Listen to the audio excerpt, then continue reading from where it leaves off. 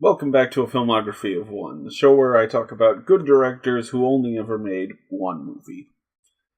And when I started this, I knew there had to be one actor, just one, who dipped their toes into directing and never returned despite critical praise. That person was the quintessential 90s villain, Gary Oldman.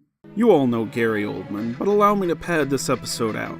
Born in 1958 in London, England, Gary Oldman began his acting in the early 80s.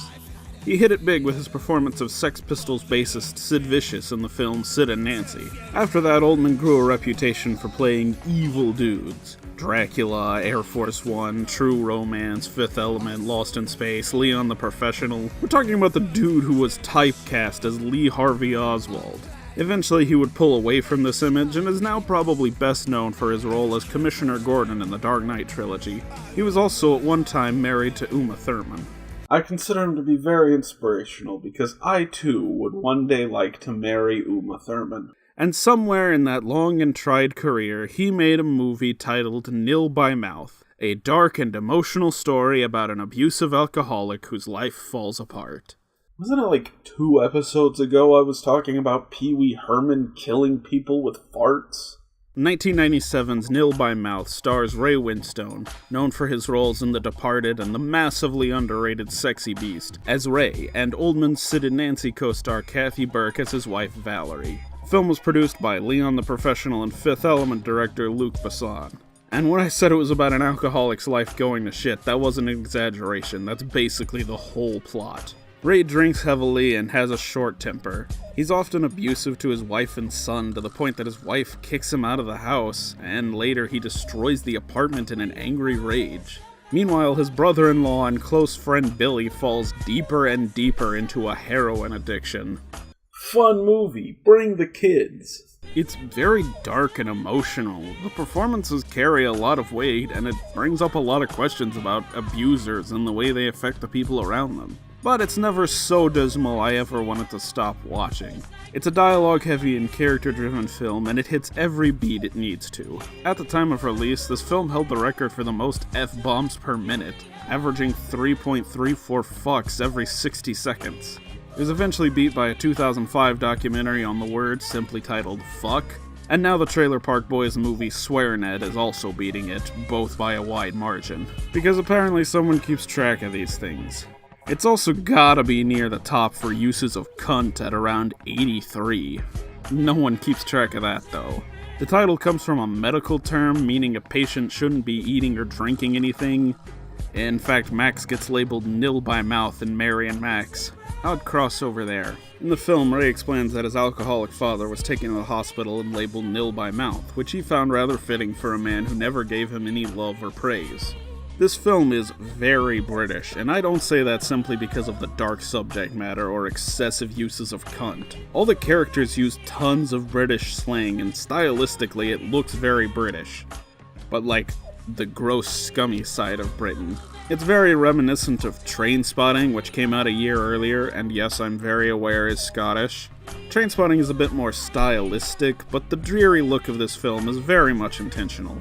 It also reminds me of the Shane Meadows movies I've seen, although I wouldn't really know because only 2 of his movies are available in Region 1 DVD. The fuck, Britain, stop hogging Shane Meadows. In fact, now that I mention it, Nil by Mouth was barely available in Region 1. Netflix DVD carries it, but I have yet to find a copy of it for sale in this country. I told you guys we were going to start talking about some hard-to-find movies.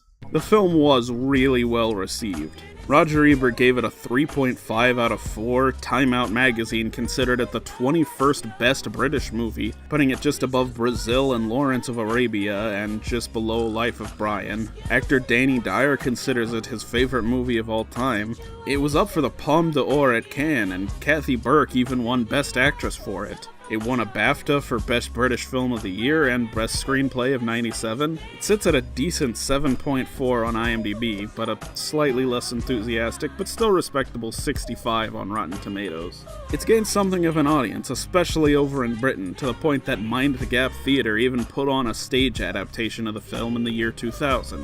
However, it didn't do well in theaters, making only $226,000 in America, where it only screened at around 18 theaters. I couldn't find the stats for its home country, but if it only got an 18 theater release and next to no home media over here, I'm gonna guess it didn't do well there either. Needless to say, it flew completely under the radar of anyone who wasn't a giant film nerd. So, Gary Oldman went back to acting. I mean, do what you know, I guess. It was a story that I needed to get out and tell. I had no great desire just to sort of direct a movie for the sake of it.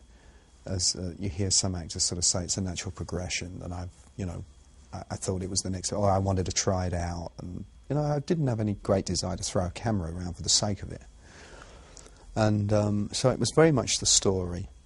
As of writing this, he's set to direct a biopic of Edward Muybridge, the man who took the famous Horse in Motion pictures. At this point, it's only been announced, and it could still change hands before release. Still, Gary Oldman's a well-known and well-respected actor. Just last year, he won an Oscar for his portrayal of Winston Churchill. If he wants to go back to directing, no one's gonna stop him.